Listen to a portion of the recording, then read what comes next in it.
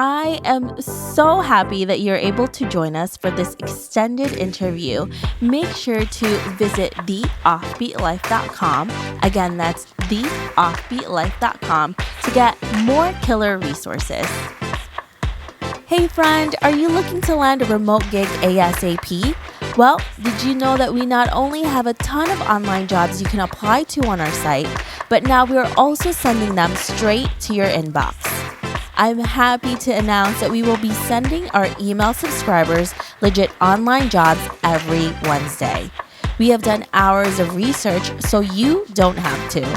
If you want to be the first one to hear about the remote gigs we find, go to theoffbeatlife.com to subscribe. Hey everyone, thank you so much for being here for this extended interview with Mitko, where he's going to talk about how to learn your minimum viable income to become location independent. Hey Mitko, how are you? Hey Debbie, I'm good. I'm happy to be here. Thanks so much for being here. Can you tell us about you and why you live an offbeat life? Sure. So, like you mentioned, my name is Mitko, and for the last 4.5 years, I've been traveling around the world full time with my wife. We both have location independent jobs and companies, and we travel the world full time, spending a majority of the time here in Eastern Europe, where I'm at the moment in Bulgaria. We spend part of the year in Mexico, and then generally just bounce around all over the world.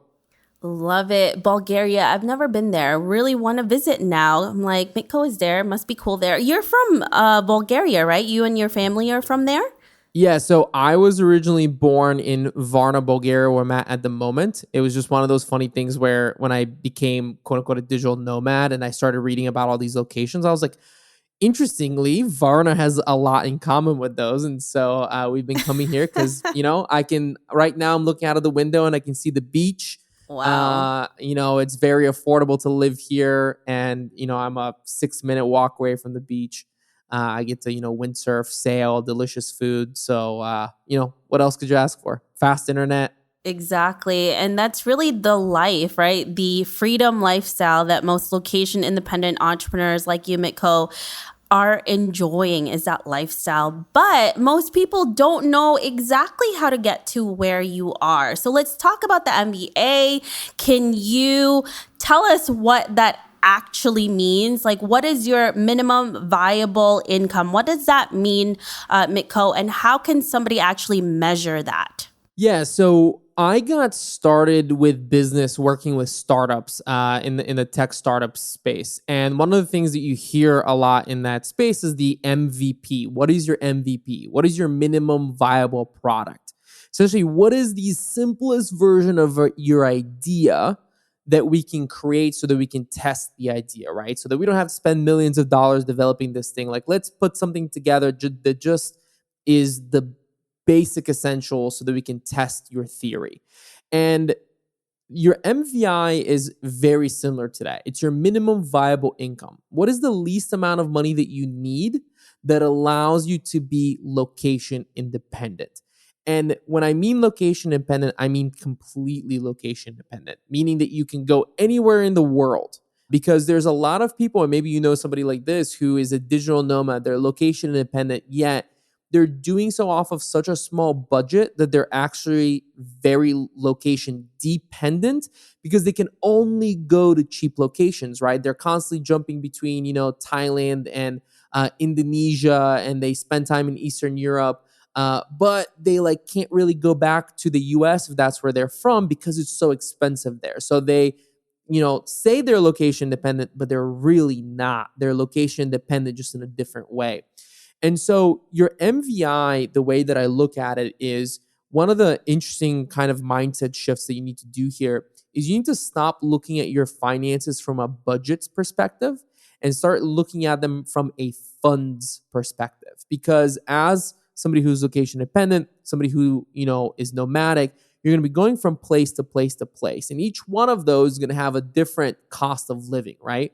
So having a budget of $1,000 for rent might make sense in the United States, but it's way too much in some of these cheaper places. And so this MVI concept and looking at these budgets as funds allows you to when living in an inexpensive place, save up for some of those categories so that when you go to New York and your rent is sky high, it's okay, even though your income doesn't change, because you have some rent fund built up that can handle the higher price. So, what are some of the things that actually helped you specifically, or maybe it also happened with some of the people that you know, that allowed you to make sure that you had these types of funds and really become location independent?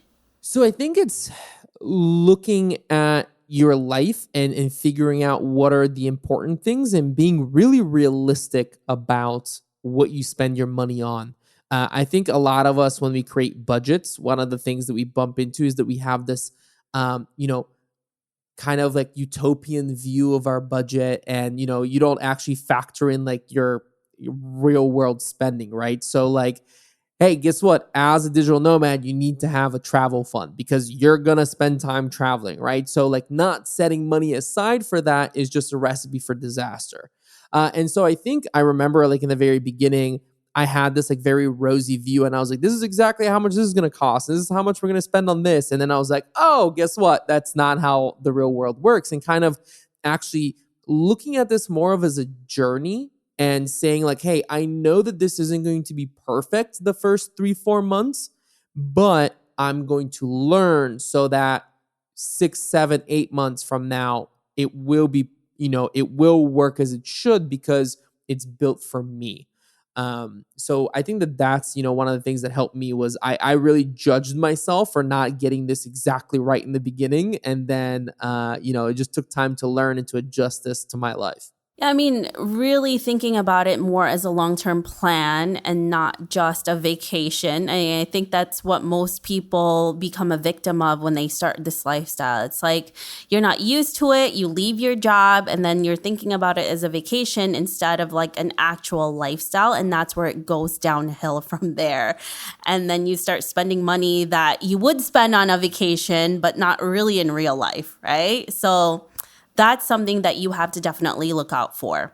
Yeah, that is a really interesting point, is this sort of like vacation mindset, even though you're not really on vacation. Like, it definitely takes time to snap out of that, and it can get you in trouble because like, my wife and I have been, like we were living in Mexico for like 3 months or something like that. And we might catch ourselves, oh, well, like, let's go do this. We're, in Mexico once and, we're kind of down here having fun. It's like, no, you're not. Like, you're living here, like you go to work every single day. And but it's so easy, especially in some of these places like a Mexico, like a Thailand, where there's this vacation feeling floating in the air, and it can certainly get you in trouble sometimes.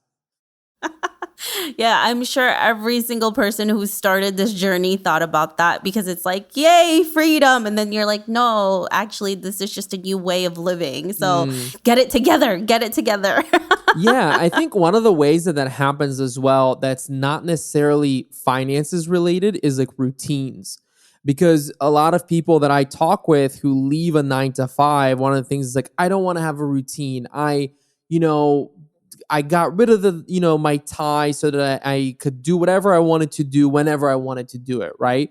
And they almost go so heavy in that direction that then they like can't get anything done, and they're wondering why, they're not being productive, or like why they're constantly tired. And look, routines are a really, really, really good thing. You need routines, and a really good routine will actually provide you with a lot of freedom. The benefit of being location dependent and working for yourself, if you're an entrepreneur, is that you get to set your routines. You get to decide when to start work, not someone else, right? I have some friends that are coders or developers, and they will actually work all day and like work through the night, right? Pulling essentially like a 15-hour workday, but then they'll take a whole day or two off. And guess what? Like, you couldn't do that at a regular job, but that's their routine. That's how they like to do it, because they get into the flow. They get a whole bunch of work done, even though it's a really long day, but then they take 2 days off. And that really works for them. That's the routine that they've set for themselves. But this idea of like, I'm going to go through life without routines just doesn't work. Yeah, I was definitely a victim of that. And I learned very quickly that it's not what you need to do. And I think you're right. I think a lot of people also have this misconception that routine is similar to their 9 to 5 Mm-hmm. routine, right? And that's why a lot of people balk at that when you tell them you still need to have some sort of a routine. But you're right, it doesn't have to be the typical, wake up at 6 in the morning, do your work, all of that stuff. It doesn't have to be.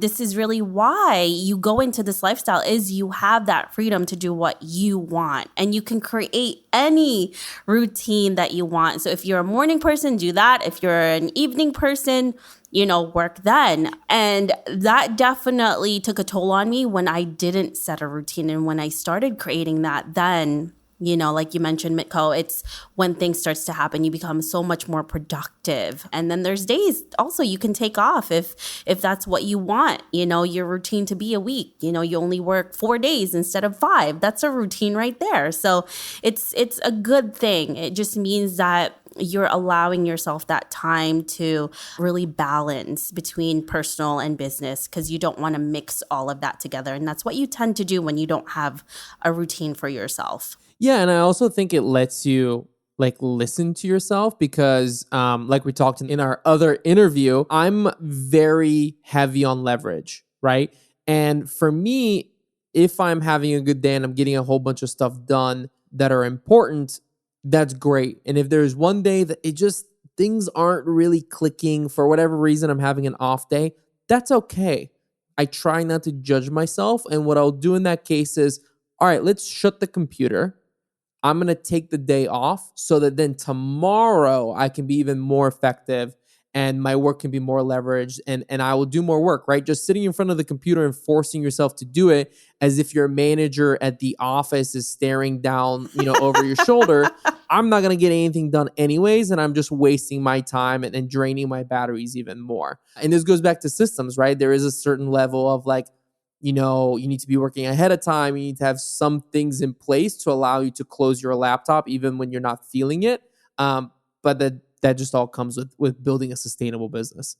Yeah, absolutely. Completely agree with that, because it's like with anything else. Sometimes you feel like it, sometimes you don't, and that's really the beauty about it. Once you create your systems, once you have your routines in place, it's kind of like, you can allow yourself to do that. And I think a lot of us are very hard on ourselves, especially when there's a lot on your shoulders and you're like, oh my gosh, I can't do this. I'm off on my own. Now I have to go, go, go.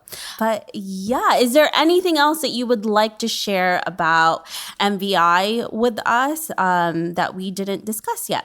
I think one of the important things, if you're going down this road and, if you're in a job and you're looking to transition soon, one of the things that I'll definitely say is like enjoy an overlap period where you're maybe making some money off of your own side hustle or a new online job, and keep the thing that you're currently doing and save up that extra money for an emergency fund.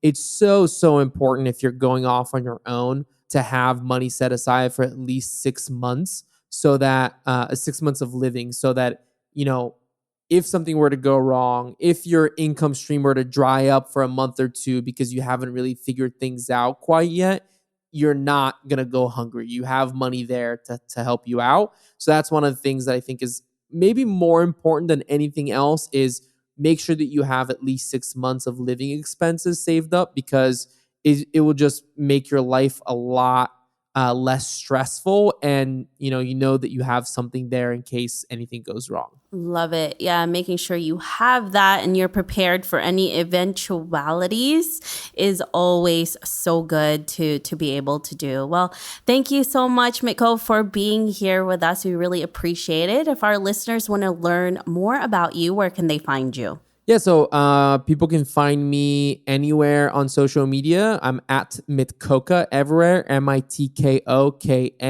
If anybody's interested, they can check out my podcast, That Remote Life, as well. And if there are any entrepreneurs out there, I have a community called Parable, where we do case studies of location independent businesses, and people get to take a deep dive and see all the behind the scenes goodies.